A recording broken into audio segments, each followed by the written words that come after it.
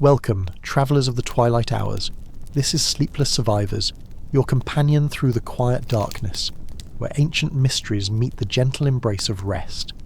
Tonight, we journey back beyond the edge of recorded history to a time when the world was young, when the gods walked among mortals, and when beings from the heavens shaped the destiny of humankind.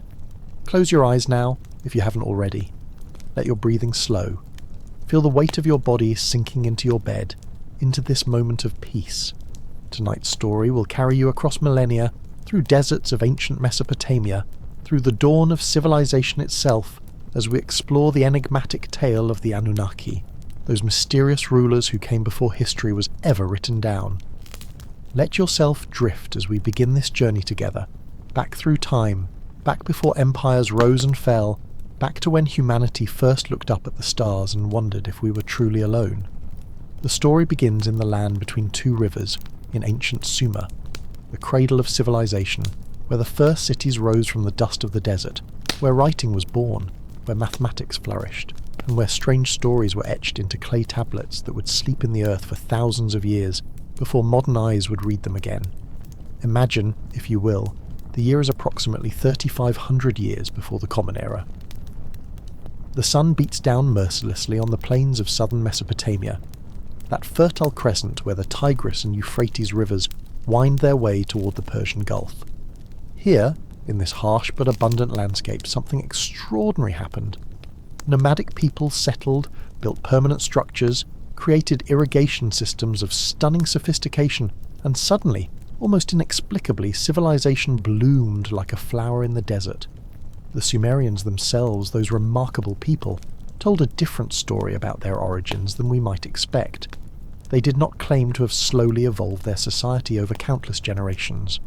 No, they spoke of beings who came from the heavens, divine entities who brought them knowledge, who taught them the arts of civilization, who showed them how to plant crops, build cities, create laws, and worship the divine. These beings were called the Anunnaki. The name itself carries weight, mystery, and ancient power. In the Sumerian language it translates roughly to those who from heaven came to earth, or princely offspring, or offspring of Anu, their sky god. The exact translation has been debated by scholars for over a century, but the essence remains clear. These were not ordinary beings.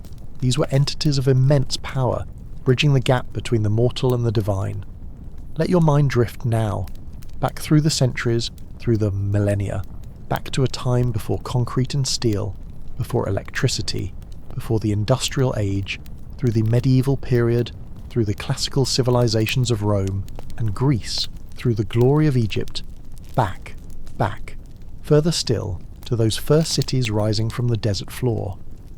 Picture the city of Eridu, considered by the Sumerians themselves to be the oldest city in the world, built, they claimed, before the great flood that washed away the first age of humanity.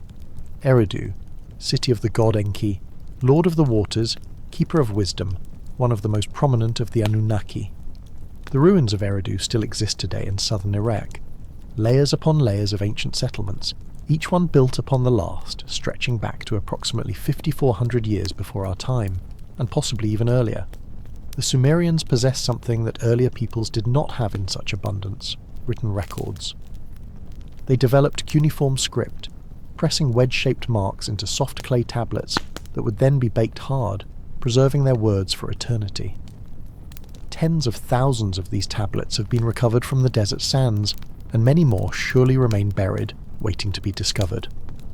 On these tablets, the Sumerians recorded everything: business transactions, legal codes, astronomical observations, mathematical calculations, medical knowledge, and most intriguingly for our purposes tonight, their mythology, their cosmology, their understanding of how the world came to be and who ruled it in the beginning. According to these ancient texts, the Anunnaki were not a single entity but a pantheon, a complex hierarchy of beings, each with their own domains, their own personalities, their own stories. At the top of this celestial pyramid sat Anu, the sky god, the supreme deity, ruler of the heavens, father of the gods. His name means heaven or sky, and from his celestial throne he governed the cosmos. Breathe slowly now, in and out, as we explore this ancient hierarchy, letting the names wash over you like water, each one a key to understanding how these ancient people saw the universe. Below Anu came his sons, Enlil and Enki, two of the most important deities in the Sumerian pantheon, and their relationship, their conflict, their different approaches to humanity form the backbone of many Anunnaki narratives. Enlil, whose name means Lord Wind or Lord Storm, was given dominion over the air, the earth and humanity. He was powerful, sometimes wrathful, a god who demanded obedience and respect. The Sumerians viewed him as the executor of divine decisions, the one who would enforce the will of the gods. His main temple was in the city of Nippur, which served as the religious centre of Sumer for thousands of years.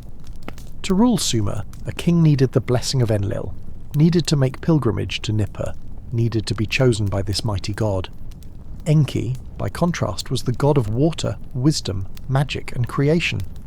His domain was the Abzu, the primordial waters of the deep, the source of all fertility and life. Where Enlil was stern and authoritative, Enki was clever and compassionate. Where Enlil saw humanity as servants, Enki saw them as worthy of knowledge and protection. This fundamental difference between these two brothers would echo through countless myths and legends. Let yourself sink deeper now into relaxation as we continue our exploration of this divine family tree, this complex web of relationships that governed the cosmos in Sumerian understanding. There was Ninhursag, the mother goddess, also called Ninmah, the exalted lady, goddess of fertility, birth, and the earth itself. In some texts, she is intimately involved in the creation of humanity, shaping human beings from clay, giving them form and life. She represents the nurturing aspect of the divine, the life-giving force that allows civilization to flourish. Inanna, later known as Ishtar to the Akkadians and Babylonians, goddess of love, beauty, war, and political power, one of the most complex and fascinating deities of the ancient world. Inanna's myths show her as ambitious, passionate, willing to descend into the underworld itself to expand her power. She was worshipped across Mesopotamia for millennia, and her influence can be traced in the mythologies of many cultures that followed. Utu, the sun god, keeper of truth and justice, who each day would travel across the sky in his chariot, bringing light to the world. To the Akkadians he was known as Shamash, and he served as the divine judge, the one who could see all that happened under the sun, who knew truth from falsehood. Nana, or Sin as the Akkadians called him, god of the moon, father of Utu, ruler of the night sky. The Sumerians were keen observers of the heavens and the moon, with its regular cycles, its waxing and waning, its influence on the tides and the calendar, held special significance in their understanding of time and divine order. These were just some of the major Anunnaki, but the texts speak of many more, a full assembly of divine beings, sometimes numbered at 50, sometimes at 7 who decreed fate, sometimes at 300 who watched over heaven, and another 300 who watched over the earth. The exact numbers vary from text to text, but the essential concept remains: a large, organized, hierarchical group of powerful beings who governed reality itself.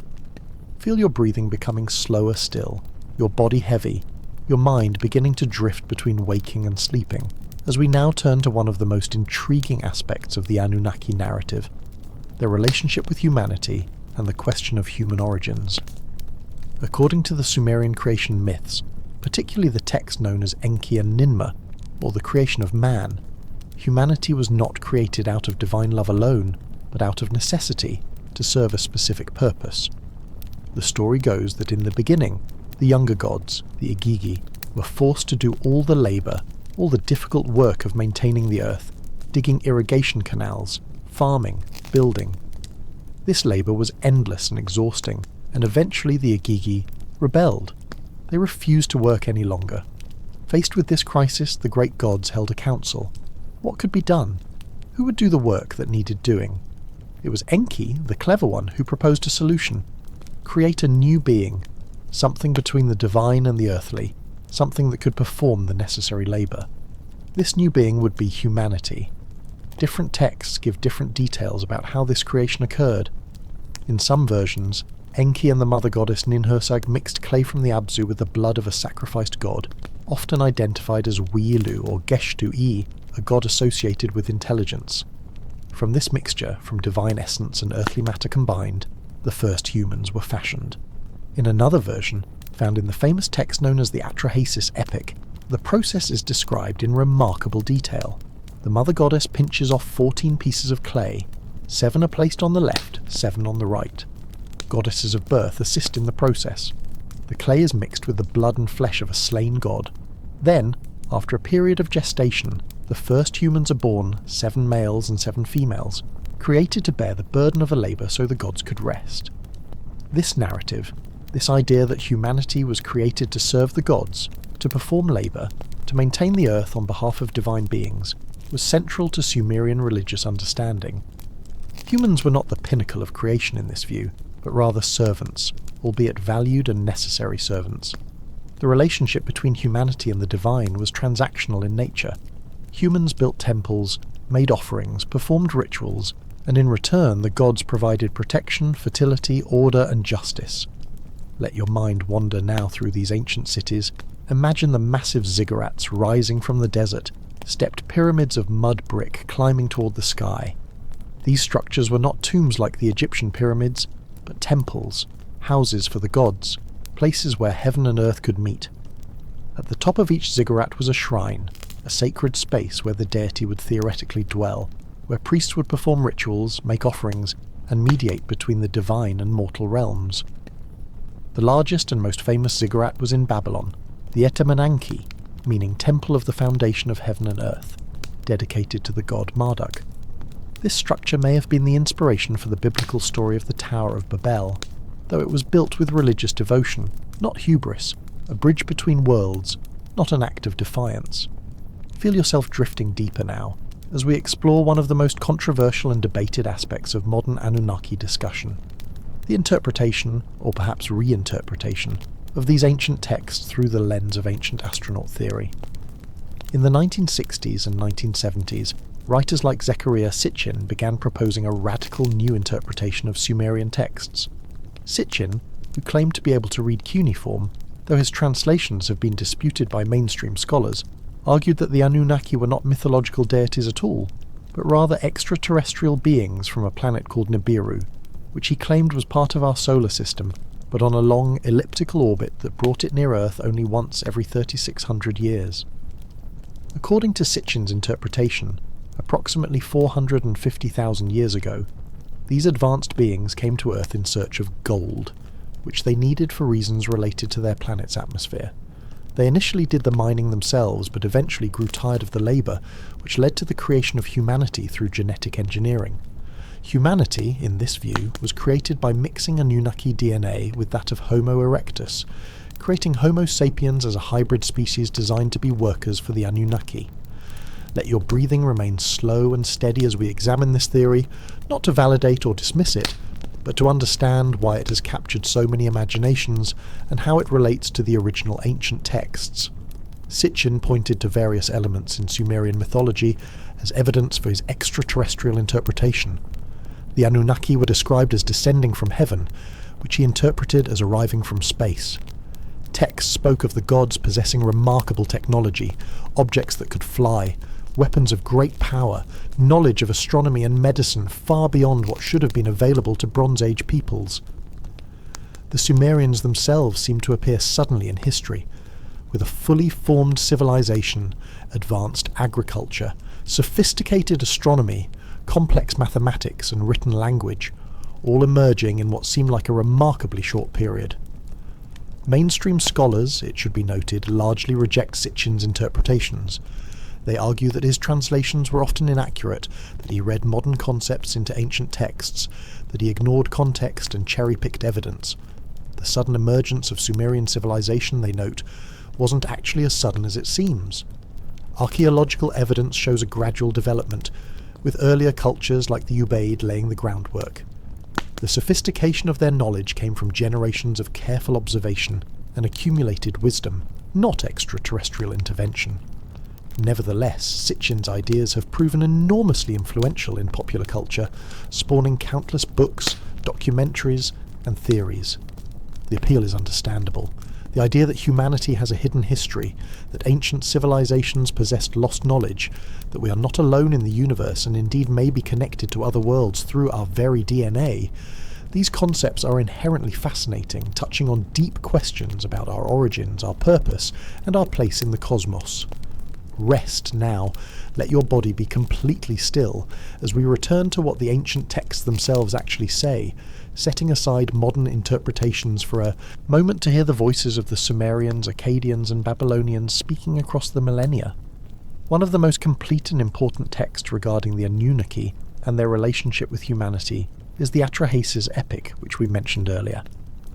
This remarkable document, dating back to approximately 1700 years before the Common Era, though based on much older traditions, tells a sweeping tale of creation, divine conflict, and cosmic flood. The epic begins with the division of the universe after a cosmic battle. Anu took the heavens, Enlil took the earth, and Enki took the waters below. But there was work to be done, and the Igigi gods were assigned the task of digging the channels of the great rivers. For 40 years they laboured, and their suffering grew unbearable. Finally they rebelled, burning their tools, marching on Enlil's temple in the middle of the night. Enlil was terrified and angry, ready to punish the rebels, but Enki proposed the alternative solution: create humanity to bear the burden. After humanity was created, peace returned to the divine realm. The gods could rest while humans laboured, but the story continues. Humanity multiplied and spread across the earth. After 1200 years, humans had become so numerous and so noisy that Enlil could not sleep. Annoyed by the clamour of humanity, he decided to reduce their numbers by sending a plague. But Enki, who had created humans and felt protective toward them, warned a wise man named Atrahasis and taught him how to make offerings to the plague god to stop the disease. Humanity survived and continued to multiply. After another 1200 years, Enlil sent a drought. Again, Enki intervened, teaching Atrahasis how to appeal to the rain god. The drought ended and humanity survived. This pattern repeated with various disasters, each time Enlil trying to control or reduce humanity, each time Enki finding a way to help them survive. Finally, frustrated beyond measure, Enlil convinced the Council of Gods to send a great flood that would wipe out humanity entirely. All the gods swore an oath not to warn humanity about what was coming. But Enki found a loophole. He couldn't directly tell Atrahasis about the flood without breaking his oath, so instead he spoke to the wall of Atrahasis' reed house, knowing the man was on the other side listening. He told the wall to tear down the house and build a boat, to bring aboard his family and animals of every kind, to seal the boat and prepare for the coming waters. Let yourself imagine this scene. An ancient Mesopotamian man, perhaps standing in the early morning light, hearing his god whisper urgently to a wall, understanding that something terrible was coming, making the choice to believe, to act, to save what could be saved. Atrahasis built the boat as instructed. The flood came, so terrible that even the gods were frightened by what they had done. The waters rose for 7 days and 7 nights, covering everything, drowning all of humanity except for Atrahasis and those in his boat. When the flood finally receded, Atrahasis made offerings to the gods. The deities, who had been without human worship and offerings for the duration of the flood, gathered around the sacrifice like flies, hungry and regretful. Enlil was initially furious that any humans had survived, but eventually accepted what had happened. The gods, it turned out, needed humanity as much as humanity needed the gods. A compromise was reached. Humanity would be allowed to continue, but certain measures would be put in place to keep their numbers from becoming overwhelming. Infant mortality, infertility for some women, and celibate priestesses. This story, which has clear parallels to the biblical flood narrative and to flood myths from cultures around the world, reveals much about how the ancient Mesopotamians understood their relationship with the divine. The gods were powerful but not omnipotent. They had conflicts among themselves. They made decisions they later regretted. They depended on humanity for worship and service, even as humanity depended on them for survival and order. Your eyelids are heavy now, perhaps closed. You're breathing deep and regular, as we continue our journey through these ancient narratives, exploring the shadows of prehistory, the time before recorded history, when myth and memory blur together. Another crucial text for understanding the Anunnaki is the Enuma Elish, the Babylonian creation epic, which dates to approximately 1200 years before the Common Era, though it too draws on much older Sumerian sources. This epic tells the story of how the current cosmic order came to be, focusing on the rise of the god Marduk to supremacy among the Anunnaki. In the beginning, the text tells us, there was only primordial chaos, Apsu, the fresh water, and Tiamat, the salt water, their essences mingling together. From this union came the first generation of gods. These younger gods were noisy and disturbed their elders. Apsu decided to destroy them so he could have peace, but Ea, another name for Enki, learned of the plot and killed Apsu first, claiming his waters as his own domain. Tiamat, enraged by the death of her consort, became a monster of vengeance, creating an army of demons and monsters to destroy the younger gods. The gods were terrified, unable to stand against her fury. None of the great gods would face her, until young Marduk, son of Ea, agreed to fight Tiamat, but only on the condition that if he won, he would be made king of all the gods. The gods agreed, desperate for any champion. Marduk armed himself with winds, storms, lightning, and a great net. He faced Tiamat in cosmic combat. When she opened her jaws to devour him, he drove the winds into her mouth, filling her body so she could not close her jaws. Then he shot an arrow into her distended belly, killing her. From Tiamat's corpse, Marduk created the world. He split her body in half, like a shellfish. One half became the sky, the other half became the earth. From her eyes came the Tigris and Euphrates rivers. From various parts of her body came mountains, clouds, and other features of the physical world. Then, from the blood of Tiamat's champion, Kingu, mixed with clay, Marduk created humanity to serve the gods. Feel your mind drifting through this primordial scene, this cosmic battle from which the world itself was born, order emerging from chaos, structure from void, life from death. The Enuma Elish was not just a creation story, but also a political document. It justified Babylon's supremacy over other Mesopotamian cities by establishing Babylon's patron god, Marduk, as king of all gods.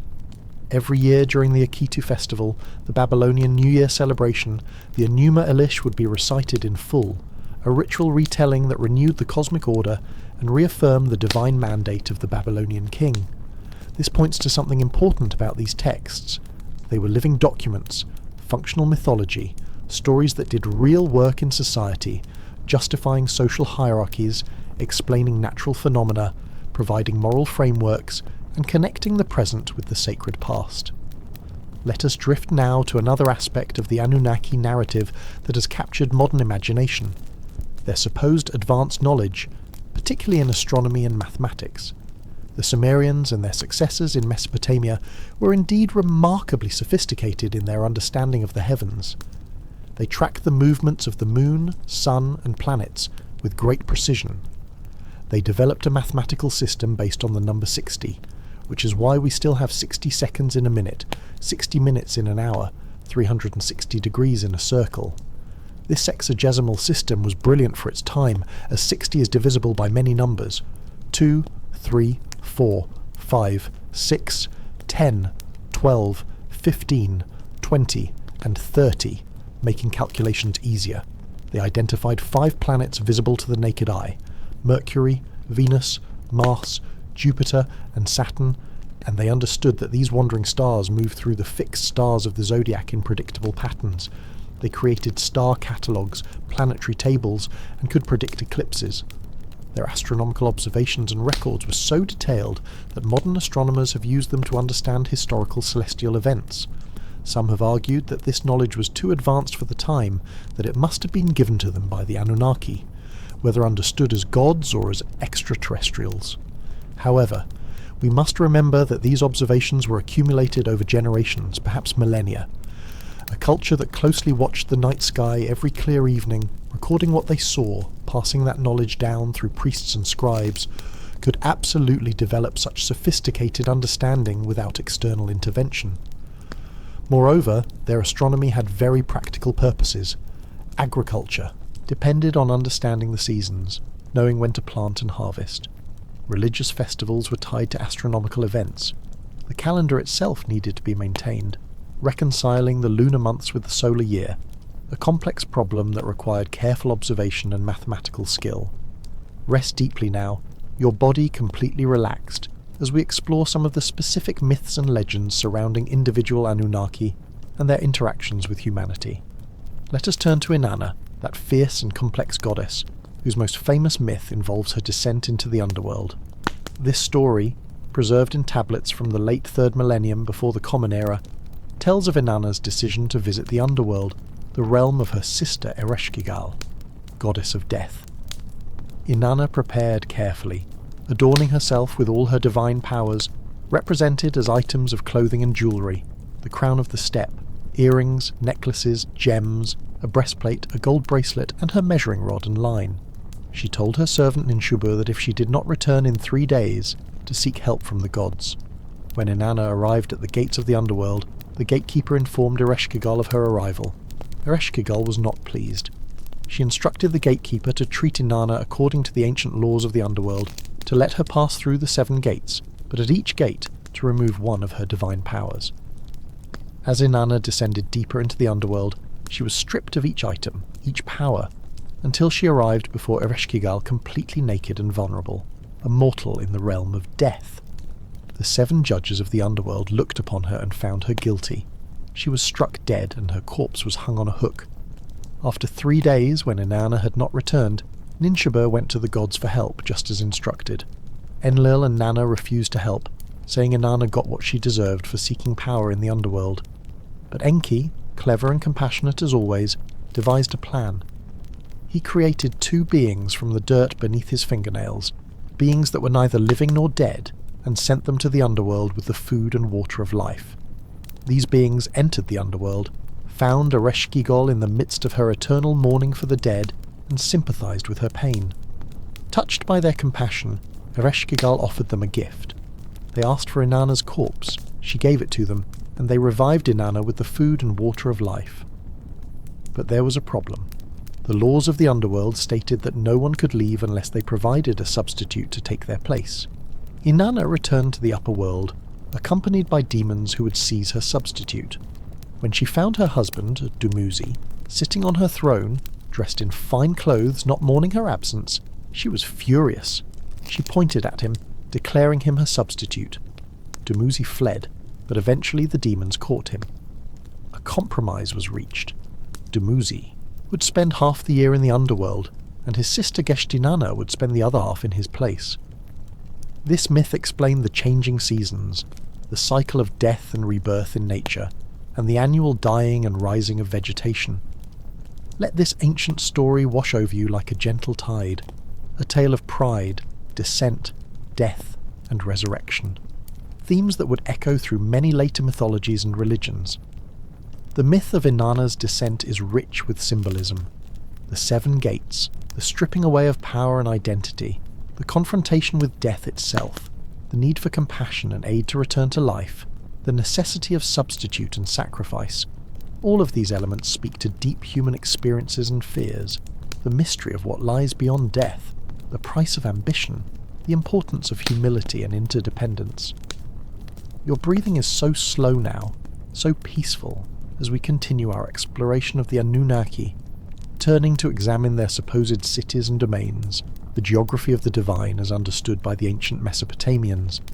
Each major Anunnaki deity had a primary cult city, a place where their main temple stood, where they were believed to dwell among humanity. These cities formed a network across ancient Sumer, each one a centre of religious, political and economic power. Eridu, as we mentioned, was the city of Enki, considered the oldest city, built before the flood. Its temple was called Iabzu, House of the Depths, connecting the god to the primordial waters. Nippur was the city of Enlil, and his temple Akur, Mountain House, was considered the holiest site in Sumer. Even kings from distant cities would come to Nippur to receive legitimacy for their rule.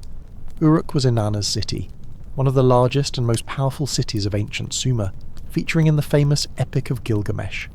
Inanna's temple there was called Ianna, House of Heaven. Was the city of Nanna, the moon god, featuring a magnificent ziggurat that partially stands to this day. Abraham, the biblical patriarch, was said to have come from of the Chaldeans, connecting this ancient Anunnaki worship site to the later Abrahamic traditions. Lagash was associated with Ningirsu, a warrior god sometimes identified with Ninurta, son of Enlil.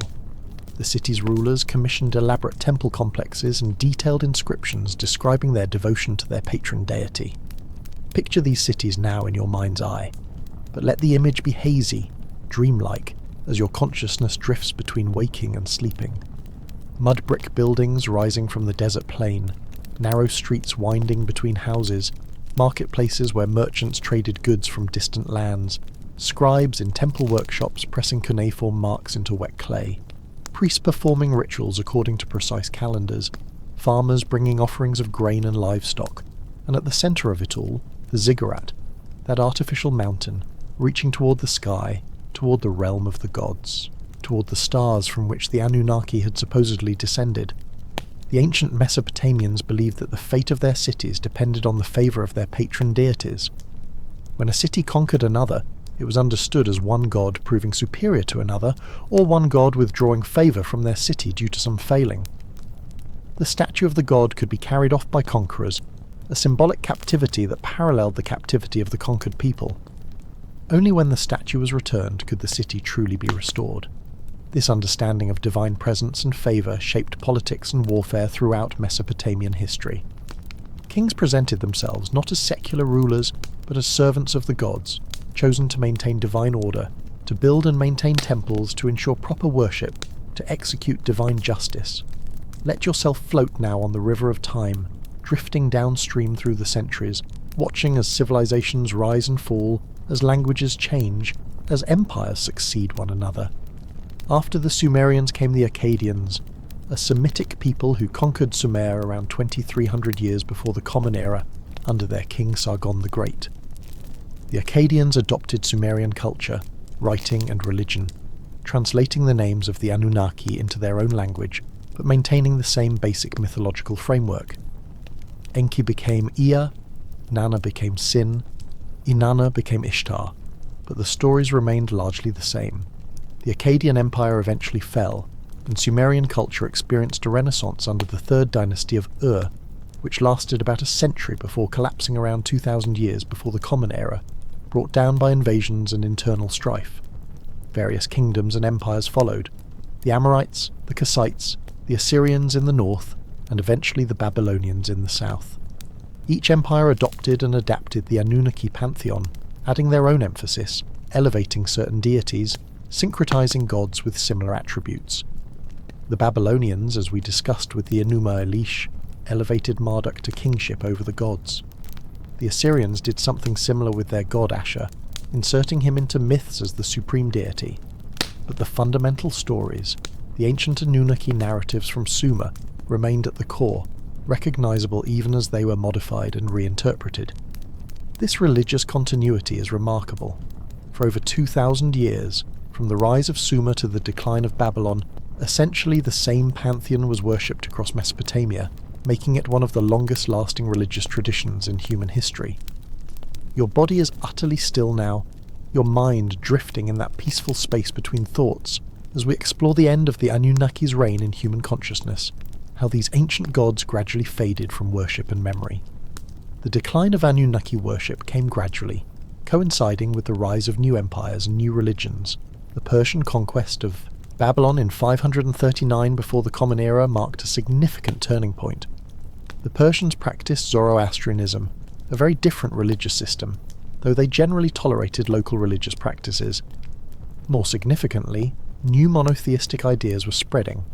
Judaism, which had developed among the Hebrew people who had experienced exile in Babylon, explicitly rejected the worship of multiple gods.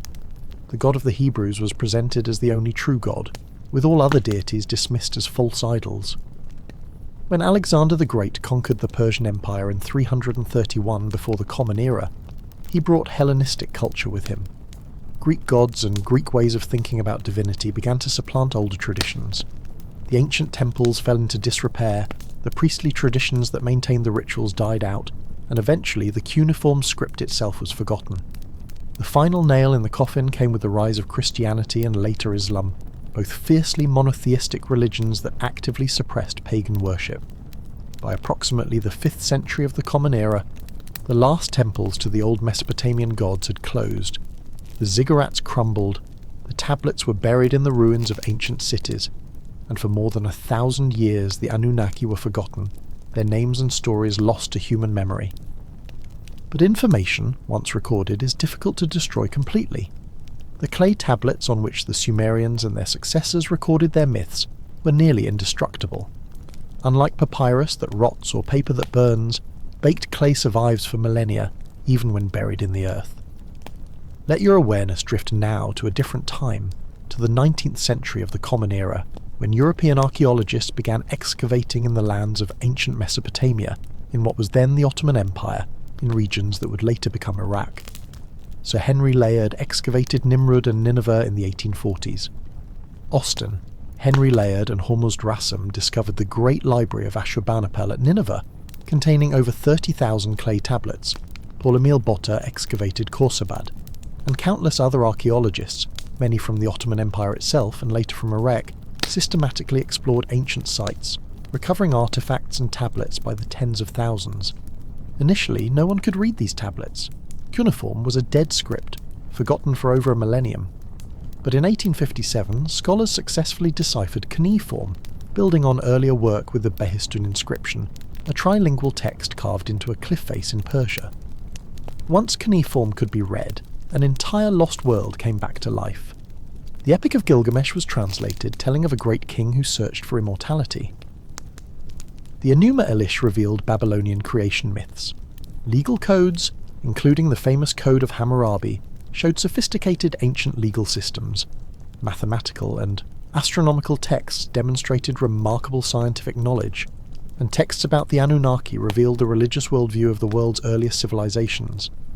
Imagine that moment of discovery, when modern humans first read words written thousands of years ago, learning the names of gods that had been forgotten for millennia. Anu, Enlil, Enki, Inanna, Ninhursag, Utu, Nana, and dozens more. Imagine reading flood myths that predated the biblical account, creation stories that paralleled Genesis but were written down long before the Bible existed, tales of gods and humans interacting in ways both familiar and strange. Your breathing is deep and peaceful now, your consciousness floating freely as we explore how this rediscovery of the Anunnaki has shaped modern understanding and imagination.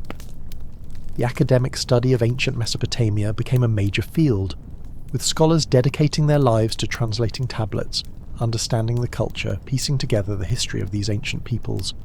Museums filled with artifacts, winged bulls from Assyrian palaces, the Ishtar Gate from Babylon with its glazed brick dragons and bulls, countless tablets, cylinder seals, statues of gods and kings.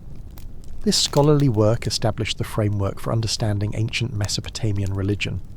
The Anunnaki were gods, products of human imagination, divine beings created to explain the world, to provide meaning, to offer hope and structure in uncertain times. This remains the mainstream academic interpretation. But parallel to the academic approach, popular interpretations began to develop, especially in the 20th century. The ancient astronaut theory, which we discussed earlier in relation to Zecharia Sitchin, reimagined the Anunnaki as extraterrestrial visitors, interpreting ancient myth through a science fiction lens. This interpretation gained significant traction in popular culture. Books sold millions of copies. Television shows explored ancient alien theories. Documentaries speculated about extraterrestrial influence on ancient civilizations.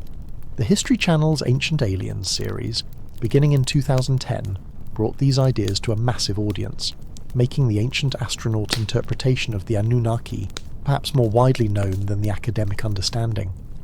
Why did these alternative interpretations gain such popularity? Perhaps because they offer a sense of mystery and possibility, a feeling that there is more to history than we've been told, that ancient peoples were in contact with advanced beings, that humanity has a hidden heritage connecting us to the stars. In an age of space exploration and scientific advancement, the idea of ancient astronauts bridges the gap between past and future, between religion and science, offering a narrative that feels modern while drawing on ancient sources.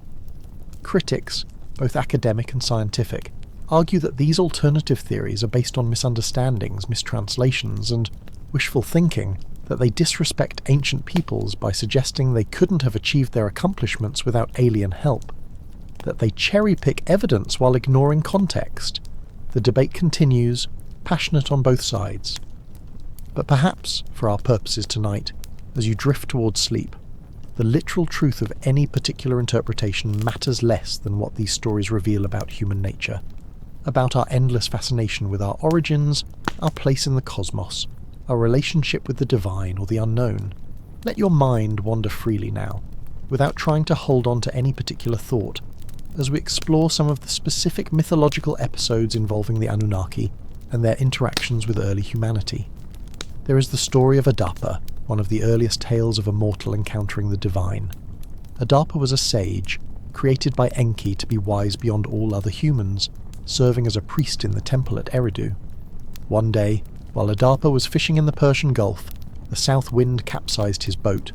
In anger, Adapa cursed the wind and broke its wing, causing the south wind to stop blowing for 7 days.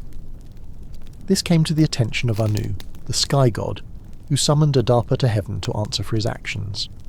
Enki, protective of his creation, advised Adapa on how to behave before Anu. Wear mourning garments, gain the sympathy of the guards at heaven's gate by saying he mourns for 2 gods who have disappeared from earth. These guards were actually those 2 gods in disguise, and most importantly, when Anu offers him food and drink, to refuse it, for it would be the food and drink of death. Adapa followed this advice. The guards, pleased by his mourning for them, spoke well of him to Anu. Anu, impressed by Adapa's wisdom and moved by his humility, decided not to punish him, and instead offered him the bread and water of eternal life, planning to make him immortal like the gods. But Adapa, following Enki's advice, refused the food and drink. Anu was puzzled. When he learned that Enki had told Adapa to refuse, he was angry, for Adapa had just turned down immortality. Adapa was sent back to Earth, forever mortal, and through him, all humanity lost the chance for eternal life. This story bears interesting parallels to other myths about humans losing immortality. The biblical story of Adam and Eve eating from the tree of knowledge but being barred from the tree of life, or the Epic of Gilgamesh where the secret of immortality is found and then lost. The theme recurs: humans came close to transcending mortality but failed, usually through trickery or misunderstanding, and so we remain mortal, subject to death, separated from the divine. Feel yourself sinking deeper into rest, your body completely at ease, as we turn to another famous Anunnaki-related narrative, the Epic of Gilgamesh, one of the oldest surviving works of literature in the world. Gilgamesh was a king of Uruk, described in the epic as 2/3 divine and 1/3 human, the son of the goddess Ninsen, and a mortal priest. He was a powerful but arrogant ruler, oppressing his people, taking liberties with his subjects. The people cried out to the gods for relief. The gods heard their pleas and created Enkidu, a wild man who lived among animals, knowing nothing of civilization. A temple priestess was sent to civilize Enkidu, teaching him human ways. Once civilized, Enkidu travelled to Uruk, where he confronted Gilgamesh, challenging the king's right to abuse his power. The two fought, evenly matched, until they both stopped, exhausted, and recognized each other as equals. They became the deepest of friends, brothers in all but blood, and went on adventures together. But the friendship was not to last.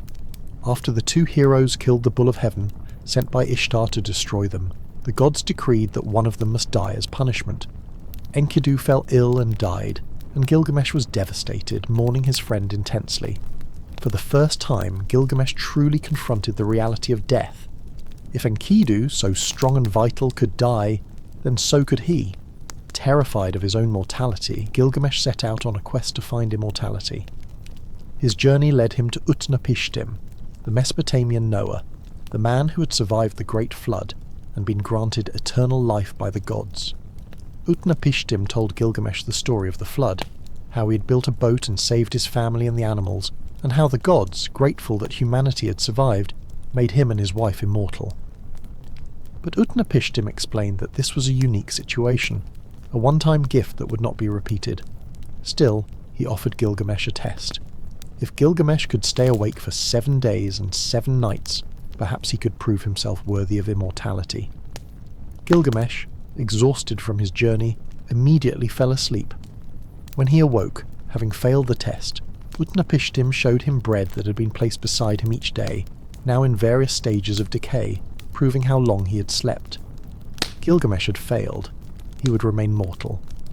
Taking pity on the dejected king, Utnapishtim's wife convinced her husband to tell Gilgamesh of a plant that grew at the bottom of the sea, a plant that could restore youth. Gilgamesh dove deep and retrieved the plant. Overjoyed, he began his journey home, planning to share the plant with the elders of Uruk. But while Gilgamesh stopped to bathe in a pool, a serpent smelled the plant's fragrance, came and ate it, shedding its skin and slithering away renewed. Gilgamesh had lost his last chance at defeating death. He returned to Uruk empty-handed, but somehow changed. He had learned to accept mortality. He found consolation in the works he would leave behind, the great walls of Uruk, the temple he had built, the legacy of his rule. These works would outlast him, a form of immortality through memory and accomplishment. Let this ancient story of friendship, loss and acceptance wash over you like a gentle rain. The themes timeless, the questions eternal. How do we face mortality? What gives life meaning if we must die? What do we leave behind? Your eyes are closed now, perhaps have been for some time. Your body still, your mind drifting peacefully through these ancient landscapes, these stories from the dawn of civilization. The Epic of Gilgamesh explicitly features the Anunnaki in several places. When the gods decide to send the flood, it is the Anunnaki who participate in the decision. When the flood comes, even the Anunnaki are frightened by its power, cowering like dogs, weeping at the destruction they have unleashed. This portrayal of gods showing fear and regret makes them more complex, more relatable than omnipotent divine beings might be. There is also the tale of Etana, a legendary king of Kish, from a text dating to approximately 1800 years before the Common Era. Etana was a good king, but he had no son, no heir to continue his line and care for his spirit in the afterlife, a situation considered tragic in Mesopotamian culture. Etana prayed to the sun god Shamash Utu for help. Shamash told him to seek out an eagle who had been imprisoned in a pit by a serpent after the eagle had betrayed their friendship by eating the serpent's young. Etana should rescue the eagle, and in return, the eagle would help him. Etana found the eagle, freed it, and nursed it back to health. When the eagle was strong enough, it offered to carry Etana to heaven, to the gate of Anu, Enlil and Ea, where the plant of birth could be found, a plant that would allow Etana's wife to conceive. The eagle and Etana flew higher and higher, through multiple levels of heaven, the earth growing smaller beneath them. The description of this flight is remarkably detailed, noting how the earth appeared like a mountain, then like a garden, then like a porridge bowl, then finally couldn't be seen at all, only the vast sea around it. The heavens became more brilliant as they ascended. Finally they reached the heaven of Anu. Here the text becomes fragmentary, broken, partially lost. It seems Etana obtained the plant of birth, returned to earth, and his wife did conceive, bearing him a son who would continue his line. Some later king lists name Etana as an ancestor of subsequent kings, suggesting the mission was successful. This story is particularly intriguing to those who favour ancient astronaut interpretations, as it describes flight into the heavens, passing through multiple levels, seeing the Earth from above in ways that seem to describe actual spaceflight. Skeptics note that this is merely imaginative literature, that ancient peoples could certainly imagine flight without having experienced it, that the description could be based on observing birds from below and imagining what a bird might see. Rest now, letting these ancient voices speak across the millennia, not worrying about which interpretation is correct, simply appreciating the human impulse to tell stories, to make sense of the world, to reach for the heavens. Another aspect of Anunnaki mythology that deserves exploration is the concept of the me, divine decrees or powers that governed all aspects of civilization and reality itself. The me were not just abstract concepts, but were understood as actual objects, items of power that could be possessed, transferred, or stolen. In one myth, Inanna decides she wants to increase the power and prestige of her city, Uruk. She knows that Enki possesses all the me in his city of Eridu, kept safe in his temple. So she travels to Eridu and visits Enki. Enki, pleased to see his granddaughter, hosts a feast in her honour. The two gods drink beer together, probably too much beer, and as Enki becomes intoxicated, he offers Inanna gifts. The me, one after another, over 100 of them. These include lordship, godship, the crown, the throne, truth, descent into the underworld, ascent from the underworld, the art of metalworking, wisdom, writing, music, sexual intercourse, and many, many more aspects of civilization and cosmic order. Inanna accepts each me graciously. Then, before Enki can change his mind or sober up, she loads them into her boat, the boat of heaven, and sets sail for Uruk. When Enki sobers up and realizes what he's done, he is alarmed. He sends his servant Isimud to retrieve the me, along with various sea monsters to stop Inanna's boat, but Inanna's servant Ninshubur successfully defends against each attack. Inanna reaches Uruk with the me intact. Enki, from a distance, acknowledges defeat and blesses Uruk. The me remain in Uruk, explaining why that city became so powerful and prosperous. Inanna distributes the me throughout Uruk, establishing the various aspects of civilization in her city. This charming tale of divine drunkenness and theft explains why different cities had different strengths and characteristics. It also reveals how the Mesopotamians understood civilization itself, not as a natural development, but as something divine, gifted by the gods, consisting of specific skills and institutions that could be defined, categorized, and possessed. Your breathing is so slow, so peaceful, barely disturbing the air around you as we drift through more stories, more fragments from this ancient world. The Anunnaki were not only concerned with humanity as a collective, but also had relationships with individual humans, particularly with kings, who were understood to be chosen by the gods, sometimes even descended from gods. Mesopotamian kings claimed divine right to rule based on being chosen by the gods, particularly by Enlil or by the patron deity of their city. This divine selection was not automatic or hereditary in the earliest periods. A new king needed to be accepted by the gods, often symbolized by travelling to Nippur and receiving Enlil's blessing. Kings described themselves as servants of the gods, shepherds of the people, responsible for maintaining divine order on earth.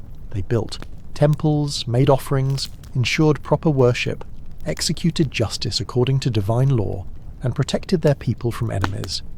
In return, the gods granted them victory in battle, prosperity, long life, and fame. Some kings claimed even closer relationships with the divine.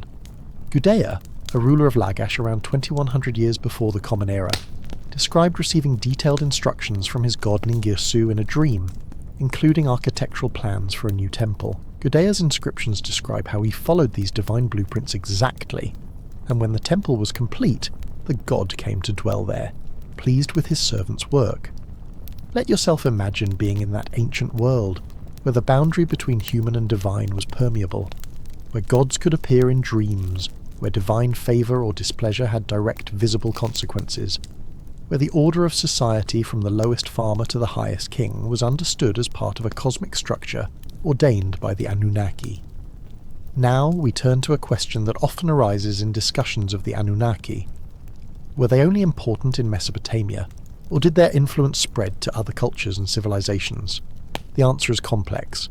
Direct worship of the Anunnaki under those specific names was largely confined to Mesopotamia and areas under Mesopotamian cultural influence. However, as Mesopotamian civilization interacted with neighbouring cultures through trade, warfare and cultural exchange, ideas and stories certainly spread. The Canaanites, who lived in the region that would later be called Israel and Palestine, had their own pantheon of gods, but there were clear parallels and possible influences from Mesopotamian mythology. El, the chief god of the Canaanite pantheon, shares linguistic roots with the Akkadian word for god, and some scholars see possible connections to Mesopotamian deities. The ancient Egyptians developed their own complex mythology largely independently, but there was contact between Egypt and Mesopotamia, and some scholars have noted possible influences, particularly during certain periods when trade was extensive. The Hittites, who built an empire in Anatolia, modern Turkey, adopted and adapted many Mesopotamian myths, including stories similar to those of the Anunnaki, though they integrated these with their own indigenous traditions. Later, as we've mentioned, the Greeks encountered Mesopotamian culture after Alexander's conquests, and some scholars have suggested that certain Greek myths might have been influenced by earlier Mesopotamian stories, though proving direct influence is often difficult. Most intriguingly for many researchers, both academic and alternative, are the parallels between Mesopotamian myths and stories in the Hebrew Bible. The flood narrative is the most obvious example. The biblical account of Noah's Ark closely parallels the earlier Mesopotamian flood stories found in Gilgamesh, Atrahasis, and the Sumerian flood tablet. The details are sometimes strikingly similar. The warning from God, the building of a boat with specific dimensions, the bringing aboard of animals, the sending out of birds to check if the waters had receded, the landing on a mountain, the offering of sacrifice afterward.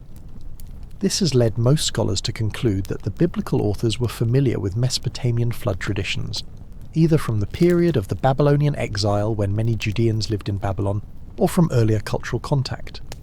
The Hebrew authors adapted these stories, monotheising them, turning multiple gods into the one god, and shifting the emphasis from divine caprice to divine justice, from gods who regret their actions to a god who acts righteously. Other biblical parallels to Anunnaki myths include the creation of humanity from earth or clay, the Garden of Eden possibly echoing Mesopotamian ideas of primordial paradise, the Tower of Babel clearly set in Babylon, and various other elements that show familiarity with Mesopotamian traditions. This doesn't mean the Bible is merely copying earlier myths, but rather that it emerged from a cultural milieu where these stories were known, and the biblical authors reinterpreted them through their own theological lens, creating something new while drawing on older traditions. Your mind is drifting peacefully now, perhaps already more asleep than awake, as we continue our gentle exploration of these ancient connections. Beyond the ancient world, the Anunnaki have had a remarkable afterlife in modern culture, particularly in the last few decades. They appear in novels, comic books, video games, television shows and films, usually portrayed as ancient aliens, advanced beings from another world who visited Earth in prehistoric times. The portrayal varies widely. Sometimes they are beneficent teachers, bringing knowledge and civilization to primitive humans. Sometimes they are exploiters, creating humanity as a slave race. Sometimes they are conquerors, establishing themselves as god-kings over terrestrial civilizations. Sometimes they are ancient enemies of other alien races, with Earth as a battleground in cosmic conflicts. These modern fictional portrayals, while often wildly divergent from the original myths, keep the names alive, keep people curious about ancient Mesopotamia, and sometimes inspire people to actually research the real history and mythology, which is valuable in its own right. The Anunnaki have also appeared in conspiracy theories, some quite elaborate, linking them to secret societies, government cover-ups, encoded messages in ancient texts, and supposed ongoing alien presence on Earth. These theories, while not supported by evidence and rejected by mainstream scholars, demonstrate the powerful hold these ancient figures have on modern imagination. Perhaps this ongoing fascination reveals something important. Humans are deeply interested in our origins, in the question of whether we are alone in the universe, in the possibility that we are connected to something larger than ourselves, something cosmic. The Anunnaki, whether understood as gods, aliens, or mythological creations, speak to these deep questions and longings. Let yourself rest deeply now, your consciousness floating freely as we begin to draw our long journey toward its close, reflecting on what the Anunnaki, in whatever form we understand them, might mean for us today. The ancient Mesopotamians, through their stories of the Anunnaki, grappled with fundamental questions that we still face. Where do we come from? Why are we here? What is our relationship to the divine or to forces greater than ourselves? How should society be organized? What happens after death? How do we find meaning in a world of suffering and uncertainty? Their answers were different from ours in many ways. They saw the world as populated by gods who needed humans, who had conflicts among themselves, who were powerful but not omnipotent, who could be pleased or angered by human actions. They understood civilization as a divine gift, not a human invention. They saw their kings as mediators between heaven and earth. They accepted that the gods could be capricious, that justice was not always evident, that humans were small players in dramas they didn't fully understand. Yet in other ways, their concerns were recognizably human, timeless. They worried about drought and flood, about having children, about dying well, about leaving a legacy. They celebrated friendship, mourned loss, sought wisdom, and created art. They looked up at the stars and wondered. The tablets they left behind, those thousands of clay documents pulled from the desert sand, give us a window into their world. Let us hear their voices across the vast gulf of time. And whether we interpret the Anunnaki as literal gods, as metaphors for natural forces, as dim memories of actual ancient visitors, or as imaginative creations that helped humans make sense of their world, those voices still speak to us, still ask the questions we're still trying to answer. You're so relaxed now, so peaceful, your body completely at rest, your mind quiet, as we near the end of our journey together through this ancient mystery. Perhaps what matters most is not solving the puzzle of the Anunnaki definitively, not proving or disproving any particular theory, but rather remaining open to mystery, to wonder, to the possibility that there is more to learn about our past, about ourselves, about the universe we inhabit. The ancient Mesopotamians, for all their sophistication, accepted that there were things beyond human understanding, forces greater than themselves, mysteries that couldn't be fully solved.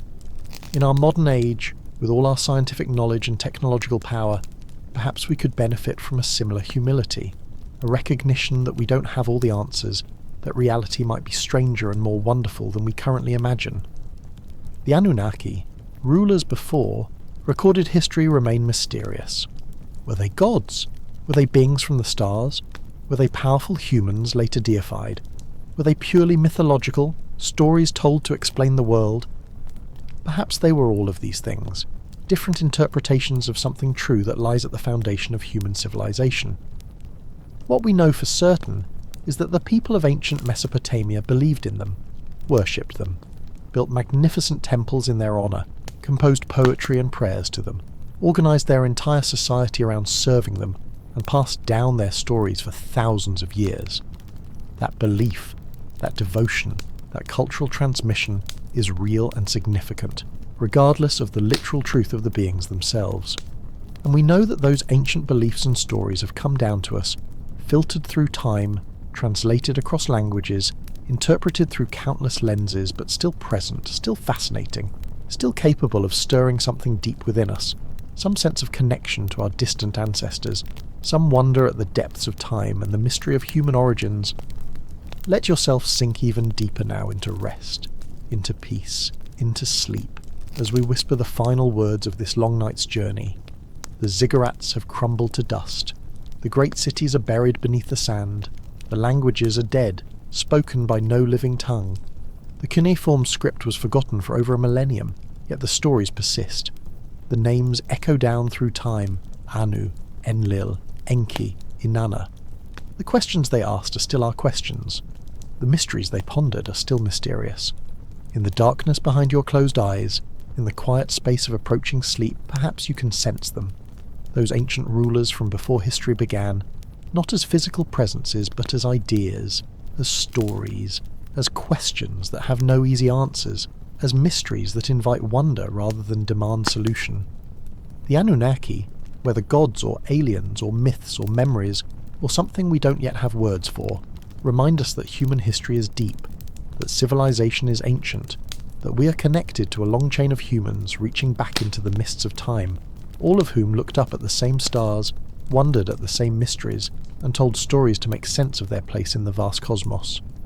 Rest now in the silence, in the space between waking and sleeping, as we continue our journey deeper into the mysteries of the Anunnaki, those enigmatic beings whose shadows stretch across the millennia, whose names were spoken in reverence and fear, whose stories have outlived the civilizations that created them. Let us drift back once more to that ancient world, to the land between the rivers, where the morning sun rises over mud-brick cities, where farmers tend their fields along irrigation canals, where scribes bend over clay tablets in temple workshops, recording the movements of the stars, the transactions of merchants, the deeds of kings, and the words of the gods. The relationship between the Anunnaki and humanity was not simple or one-dimensional. It was complex, multifaceted, sometimes loving, sometimes harsh, always present. Every aspect of life in ancient Mesopotamia was understood through the lens of divine will and divine presence. When crops flourished, it was because the gods had been pleased by proper worship and offerings. When drought came, it was divine punishment or divine testing. When a city conquered another, it was because the gods had shifted their favour. When a person fell ill, it might be because they had angered a god, broken a taboo, or been cursed by an enemy with divine assistance. When a child was born, it was a blessing from the gods. When someone died, their spirit would descend to the underworld, that dark realm ruled by Ereshkigal, where the dead lived a shadowy half-existence, sustained by offerings from their living descendants.